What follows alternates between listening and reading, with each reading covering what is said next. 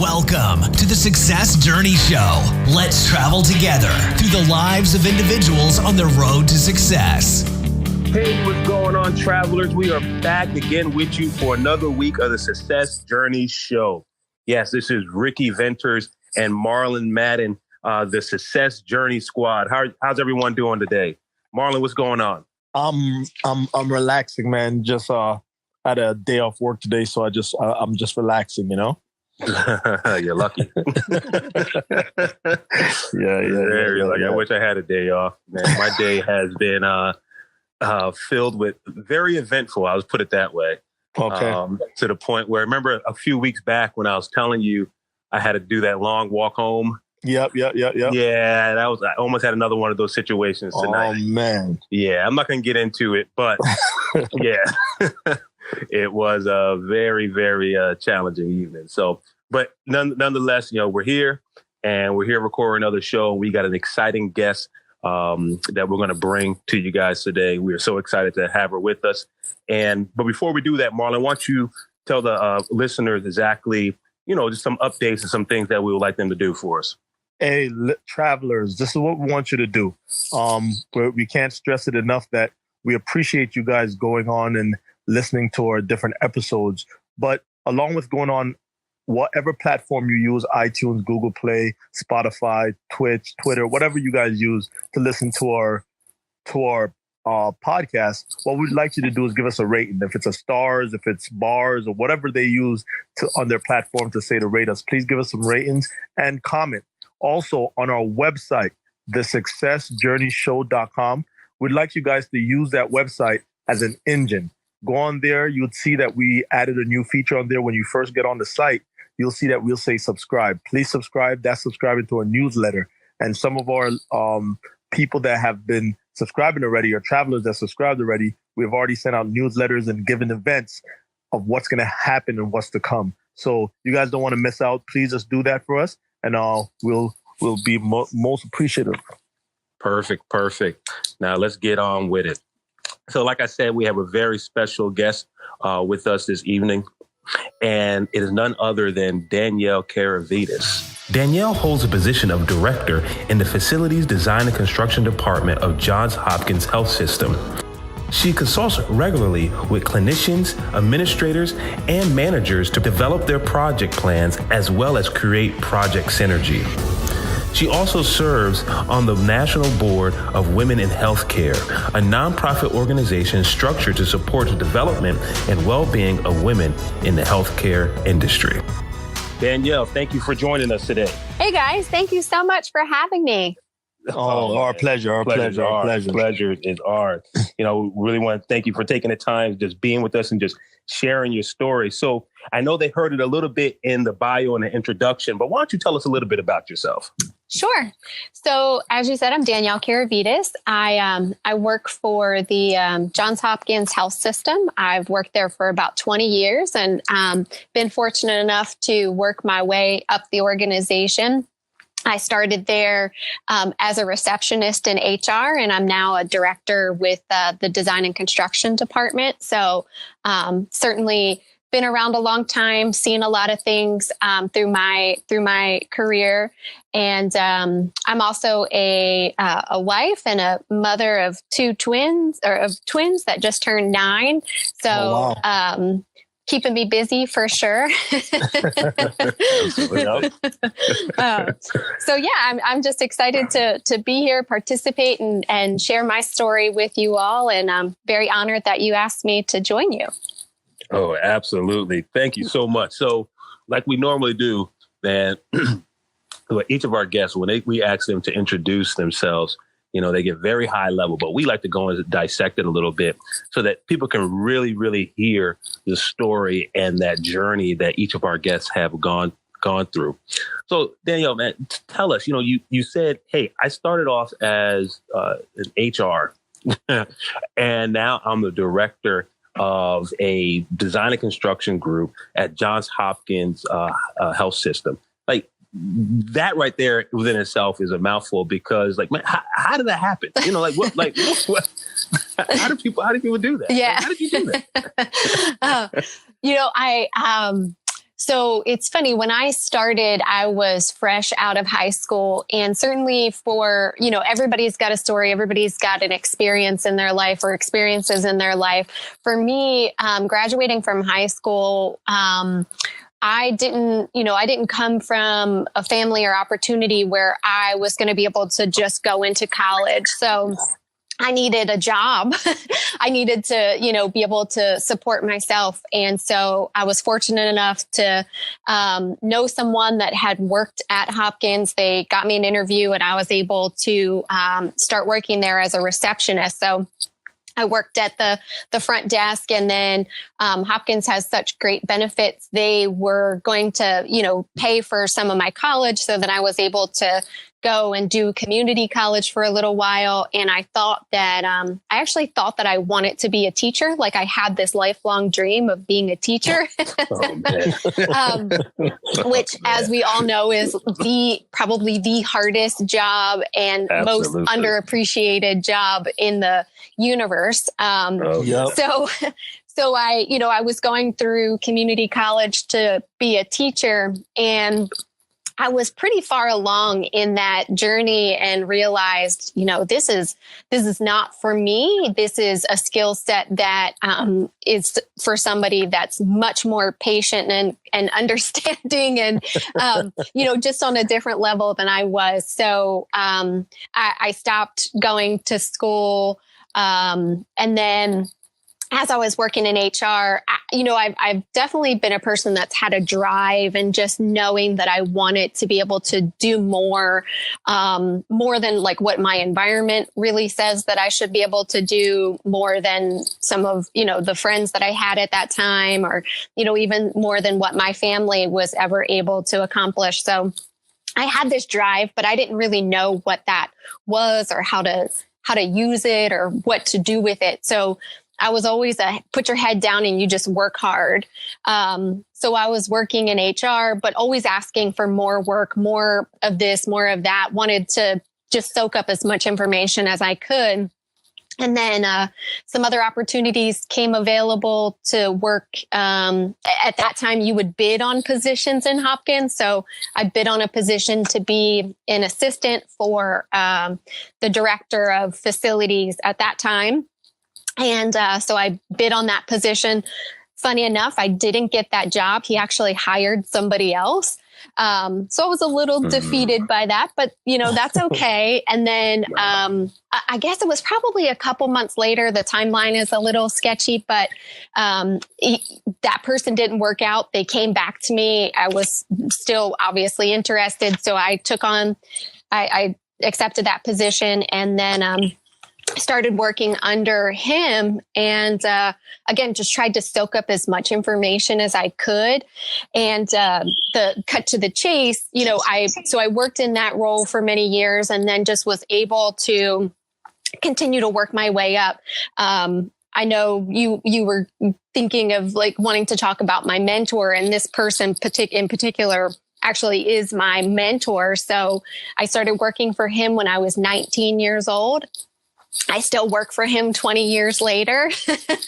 Wow. So he just really pushed me, challenged me in a lot of ways. He really encouraged me to go back to school and really figure out what it was I wanted to do. So I went back, I got my AA, and then I went back and got my bachelor's, and then I went back again, and this past May, I got my MBA. So yeah, it was, I just had that drive of wanting to learn as much as I could, and just doing, I just have always had that attitude of do whatever it takes and roll up your sleeves. I'm never too good to do anything. And that's just been my trajectory of being able to work my way up the organization.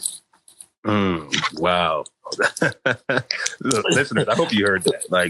There's so much in this story, and I'm getting like chills just thinking about how, all this is connecting to the stories and the journeys of people in the past that we've had on this show. And she's like, Danielle's hitting on every aspect of each of those conversations within her journey. And she's given an abbreviated version.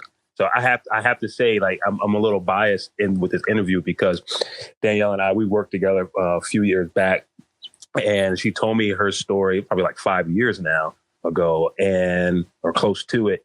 And I was like, wow, one day, man, you have to share this story. I'm thinking she has to share this story because it's going to inspire so many people. So you talked about, you went out for a bid to get a job, all those years ago. And I know it's probably fuzzy for you at right now because of that how long ago it was. I don't know. There's something about rejection that stays with you. Yeah. And that's what I want to talk about, the rejection. And because a lot of people, they get rejected in life, and a lot of times they just quit and they crumble after that, or they just, it's like, hey, whatever, I guess it's just not meant for me, and I'm just gonna, forget about everything. Like, how did you process that before they called you back and say, hey, we want to work with you? Because I know Hopkins and how long it takes for things to happen in certain instances. So I know it wasn't just 1 week or a day, and everything turned right around. So like, how did that sit with you, and how did you keep moving on? Yeah, that part probably is a little more fuzzy, but I think for me, back then, I just had this inclination that, it just wasn't meant to be, or the timing wasn't going to be okay. But it was defeating in one sense, but in another way, it was also a motivator.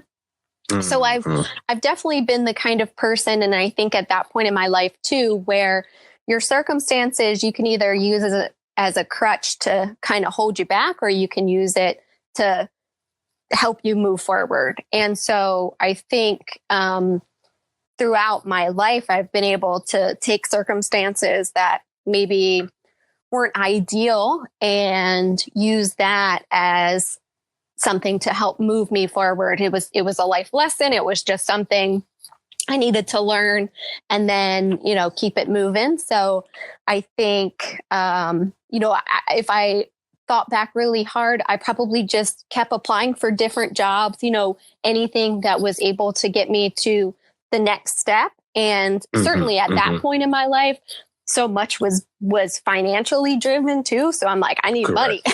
It's survival mechanism kicks in. So, so I think that was probably, I didn't have time to sit back and feel sorry for myself. I just had to figure out what I needed to do to pay my bills. Hey, you're listening to the Success Journey Show. Just a reminder, follow us on our social media at the Success Journey Show on Instagram, Facebook, and YouTube. Also, you can check us out on our website at thesuccessjourneyshow.com. Enjoy the rest of the show. Danielle, I hope I'm not getting a little too personal. If I am, just let me know. In regards to, you're saying you went and you got your AA, then you went and got your bachelor's, and then you recently in May got your master's. I know that, working in corporate America or working in the field that you're working in health and everything like that, that a lot of times when you're going up the ladder, that you run into people that have all these letters behind their name that kind of look down on the person that's coming up that doesn't have the same amount of letters on their name. How did you adjust, and how did you overcome that? Such a great question. I think it took me a while because I for a long time, I had tons of insecurities, and I think everybody does, and in different ways. But I that self-doubt can really start to get to you. And so there were certainly, especially like you said, in healthcare, you're dealing with, and at Hopkins, you're dealing with, the top level, the best of the best. And certainly there's some folks who forget that they're human. And so you're trying to navigate those situations. And I think for me, I just kept in so many instances where I would encounter folks that were, less than kind. I would just try to remind myself that at the end of the day, we're all human. Like, we all put our pants on one leg at a time, right? So you have to I have to remind myself that like everybody started somewhere. So not everyone came into their situation at the level that they're at now. They all started somewhere. And I'm sorry for you that you don't remember your journey. You know, I think that that is something that is sad for people who just have this superiority complex in a lot of ways. So I use that also as a motivator and an influencer in my life to try to remind myself like, hey, everybody has a story. Everybody started someplace, and you need to stay grounded and you need to stay humble.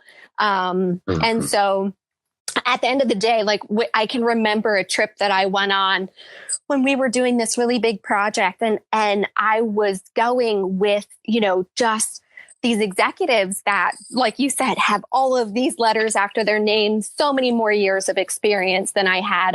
I was young, and I always thought that people looked at me in a different light because I was a young woman. And so I was so nervous, and I can remember talking to my husband about it. And he did the kindest thing. He put this little card, he like hid it into my suitcase. So when I got to where we were going and unpacked, I found it. And he just reminded me that I earned my place there. They wouldn't have sent somebody that didn't know how to hold their own or didn't know what they were talking about, and that I deserve to be there just as much as those other people. And that was like so encouraging and just such a thoughtful thing to help me remember, like, oh yeah, I am supposed to be here. That's really good. Thank you. Yeah. So in terms of, you mentioned another thing that was great, and mentorship. A couple of weeks ago, we were talking about, network and how to build a network for people that, have no clue what a network is. And, you mentioned something about mentorship. And the most impressive thing that you mentioned is that, you start forming a relationship with your mentor, 20 years ago, 19 years ago, whatever it may have been. And, still today that you still have that relationship. What does it take? Not necessarily directly with, with this particular mentorship, but what does it take for someone to develop a mentorship, find a mentor, and then sustain that relationship?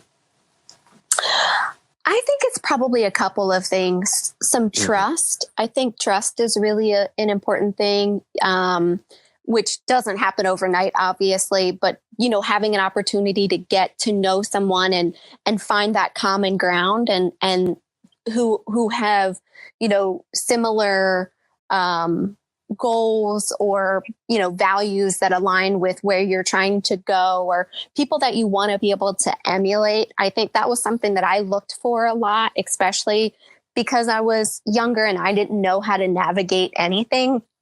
So I would just look for people that were doing things or saying things that I was like, yes, I want to be like that, or I want to carry myself in that way. I want to have that kind of respect that person is able to capture from, their peers. So I think for people who are looking for mentors or what mentorship is, it's really, you have to know yourself first, which is kind of a hard thing, but you have to know yourself, because you don't want to just grasp at the first person that walks in the door and say, oh, I want you to be my mentor because, oh, you have this title. And so it'll look good on my, on my resume if I'm talking to you or if I'm getting guidance from you. It has to be somebody that you have some connection to, because that's really where the development's going to come, because you're going to have the ability to build that trust, have that rapport.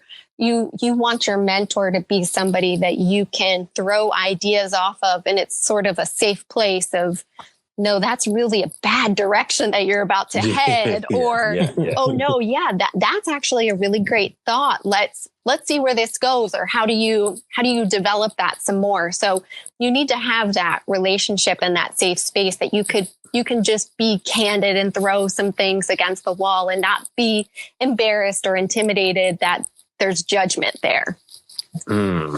Now, Danielle, I know a lot of our listeners are listening right now, and you're giving them the motivation that they need in order to take the next step. There's probably somebody tomorrow going to go to their job and be like, you know what, I belong here.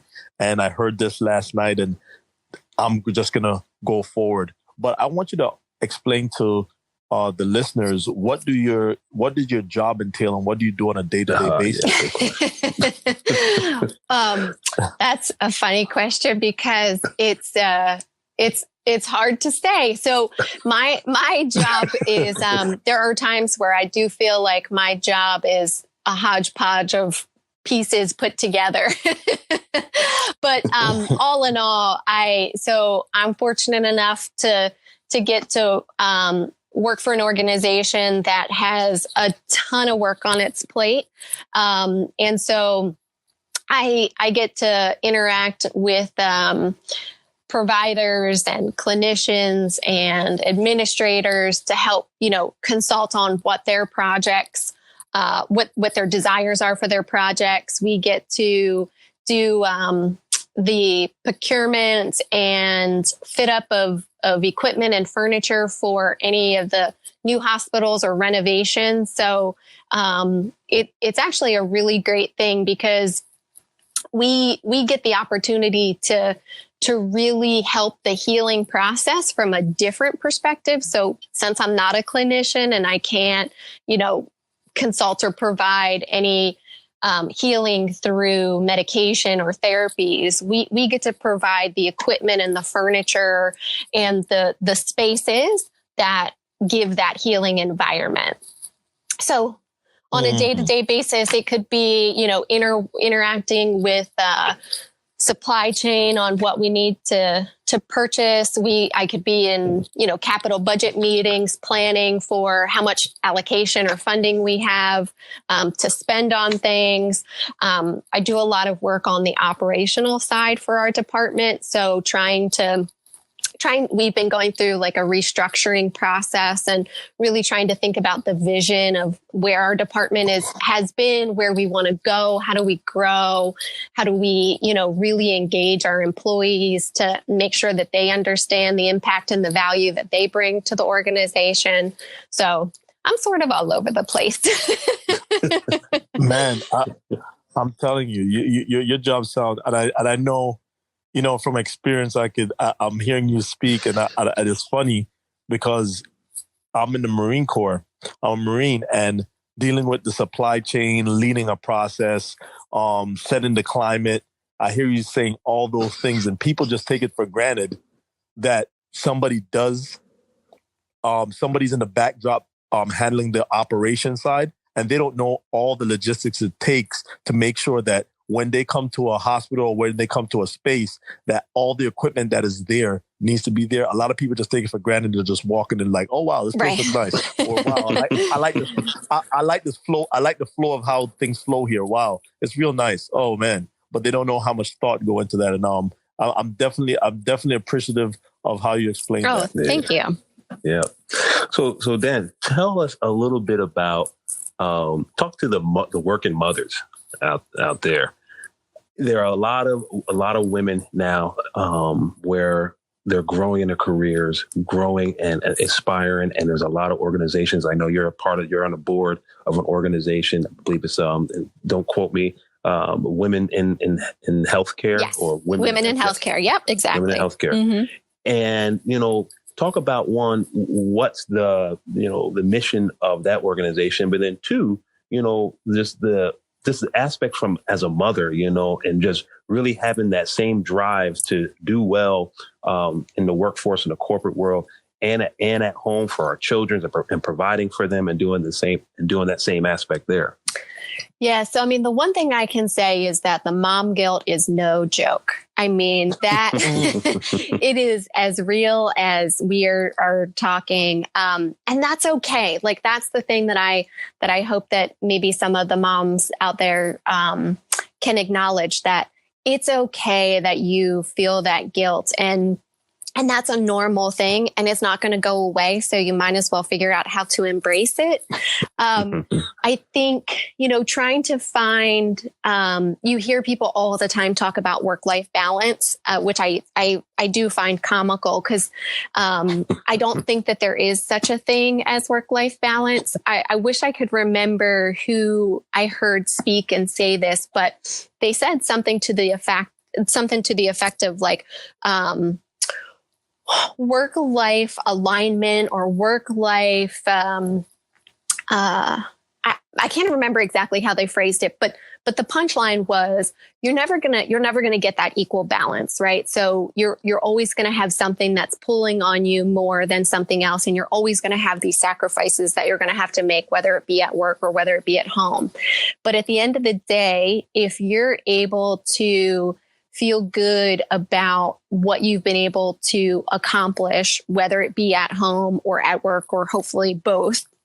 If your family knows that you love them, and at the end of the day, push come to shove, like they're the priority, they're going to come first. And that, your work is getting done, and that you don't have to be, and actually I was in a conference once, and it was actually, a gentleman that had said this to a room full of predominantly women, that was like, you don't have to be the first one in the office and the last one to go home to make an impact. If you're doing that, then you're missing out on the big picture. And yeah, there are people that are going to recognize you as being a hard worker because you're doing that. But there's more to it than just that. And that really resonated with me, because I think you do have to make some hard choices when you are working, and especially when you're in a career that's demanding. And so you're going to miss out on some family stuff, or you're going to have to work some of those late nights or travel or do different things. But at the end of the day, as long as your family knows that they're the priority, then I think you're doing what you need to do. I also, for me, I have, this idea that women can have it all, as bizarre as that might sound sometimes, It's not bizarre. It's not bizarre. It's not bizarre. I mean, I really think and I just have this crazy motivation of I just want to prove everyone wrong, that we actually can have it all. We can work, we can have a family, we can have a social life. And geez, it's going to be really hard to navigate those waters sometimes and be able to do all the things you want to do. And I definitely have the FOMO of, I never want to miss anything. And I am terrible about saying no to things. But I just want to push myself to say, I don't want to be that person that is willing to give up on something because we're not supposed to be able to have it all. I think there's some way of being able to just do it all. And so you might be tired as all can be, but yeah. So. No, that's perfect. I like the way you answer that. And one thing that you brought out that I just want to bring out to the listeners, the whole work-life balance. And I mean, that's big, regardless of who you are, man, woman, boy, girl, whatever it may be, a lot of us would use that as a crutch and say, oh, well, I got to work-life balance. So I can't do this because I have to have balance. I got to do this, I have balance. And, what I like what you said, it's there's really no such thing as that balance. But the one thing I like adding to it is, it's about being present where you are, So it's not about, I'm working 12 hours or 14 hours and, I'm home doing this, but, are you present when you're at work? Are you focused when you're at work? Are you providing quality work when you're at work, right. And then when you're home, are you providing that quality time with your family? Right. Are you providing that quality time with your kids, because I remember my wife and I, we'll start a routine with the kids and we're doing it all the time, right? We're doing something consistently over and over and over. And when you miss 1 or 2 days doing that, is not as they don't necessarily remember the 1 or 2 days that you missed. Mm-hmm. they remember the consistency that you have over time, Yes. right? So what I try to remember is like, okay, when I'm with my kids, I need to make sure that I am present with them. You know, if I'm only home for half an hour while they're awake or an hour while they're awake, then guess what? I got to give them that whole hour, that whole half an hour. I got to move myself from the phone, got to remove myself away from my computer, remove myself away from the TV, whatever it is, just so that they feel that I'm devoted to them. And then when they go to bed, hey, I stay up and do what I got to do. Right. But, you know, it's just, you know, being present where you are. So I like how you said that, you know, is, you know, working crazy hours, being the first one out is not the only recipe. Right. You know, the other thing, and you don't have to limit yourself. Right. You know? Right. Correct. And Ricky, the big thing that I'm drawing from what you said, Danielle, is what Ricky and I have been talking about: efficiency over effectiveness. Mm-hmm. So a lot of people think that if they go to work and they're the first one there, or bosses, you know, they like to see they measure someone by, they come to work and they're there, the first one there, the first one, the lights always on in the office when they're leaving, and they're looking and all this kind of crazy stuff. But they're not effective. The job is not getting done. But if you can be the person that, because you're trying to, you know, get that work-life balance, which we understand that's not really 100% there, but that you're coming in, you're being efficient and effective at the same time with the amount of time that you allot yourself, that there shouldn't be any qualms or quarrel with you and hire, because you've effectively and efficiently done what you need to do in this space of time that you've allotted. So I think what you're saying, what that bizarre thing that you're saying that, you think is bizarre, I don't think it's bizarre. I think once higher ups and also, you know, men in general, we just get that in the workplace that, hey, listen, efficiency and effectiveness doesn't mean that I have to be the first one there. Yes, it's a culture shift that has to happen. Yeah. Correct. Absolutely. You've been listening to the Success Journey Show. You can check us out on our social media on YouTube, Instagram, and Facebook. Also on our website, thesuccessjourneyshow.com. Enjoy the rest of the show.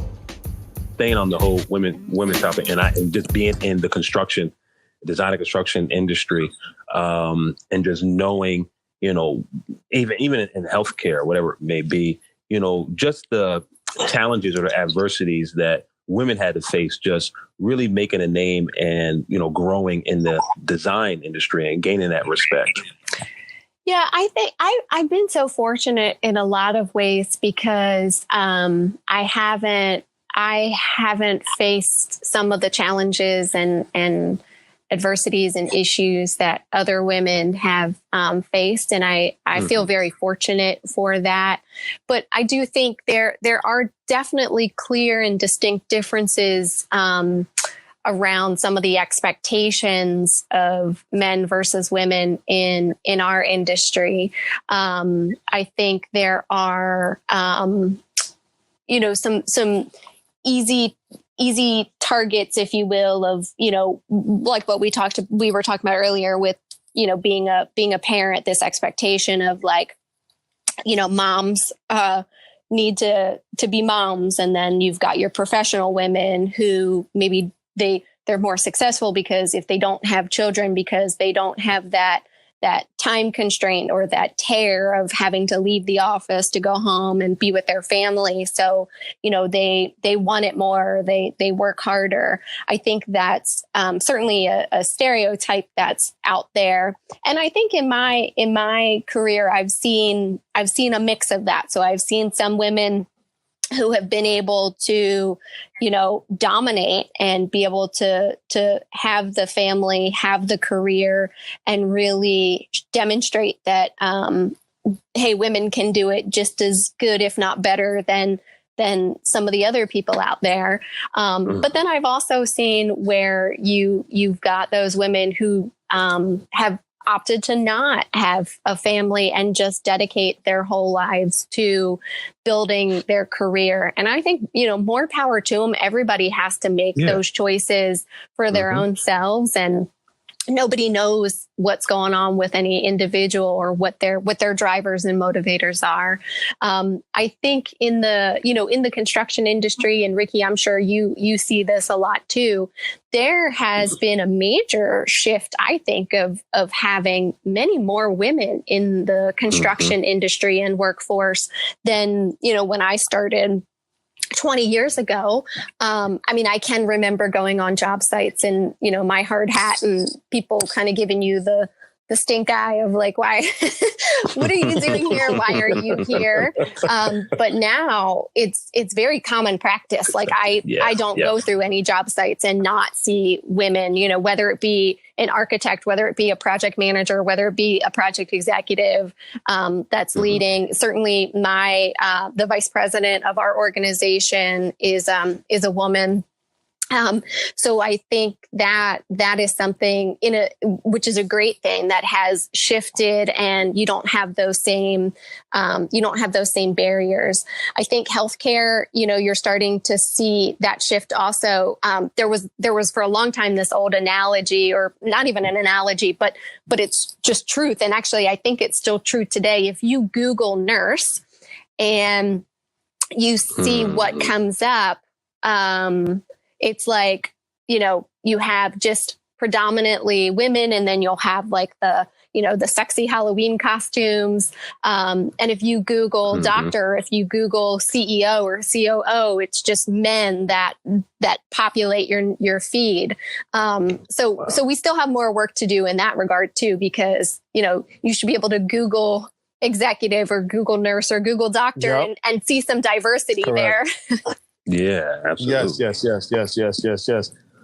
Definitely. So how do you, if a young lady comes to your office and she's working, what kind of steps do you, employ her to take in order to get to where you're at, or even at a higher level? So one of the things that I really try to push for people is to challenge themselves. So I do have a few young women in our department that I have the privilege of being able to talk with sometimes.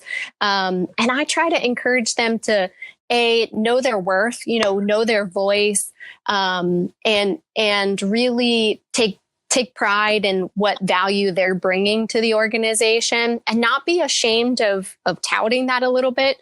Because I think that there's a huge difference between being pompous and, being able to tout what your accomplishments are. And some people go too far on the pompous side. So, finding that balance there of saying, this is what I'm capable of doing. These are the things that I've brought to the table, and real self-promotion, which is actually a funny and hard thing for women. We have this, unique ability or inability to self-promote without feeling awkward. And that's a generalization, but I think a pretty strong truth there for the majority of women. So I try to talk to them about, if they want to pursue continuing education, I'm a big advocate for that, just because I've seen what it's been able to do for me. And I sort of get a little preachy or lectury about, don't tell me that you don't have time. Don't tell me that you're too old or too young or too this or too that, because I can counter that with 1,000 different reasons why. You got nothing but time. You should just invest in yourself. So I talk to them a lot about that, and just try to get them to think about, where do they see themselves, which is a really hard question, even for, me sitting here talking to you. If you guys had to sit there and really ask yourself, where do you see yourself, or what do you want to do? I like to push people to try to envision like what it is that you love, what gets you going, what's your passion, where do you see yourself going? Because then that helps to answer some of the other questions that go along with your growth and your development. Yeah. Oh, awesome.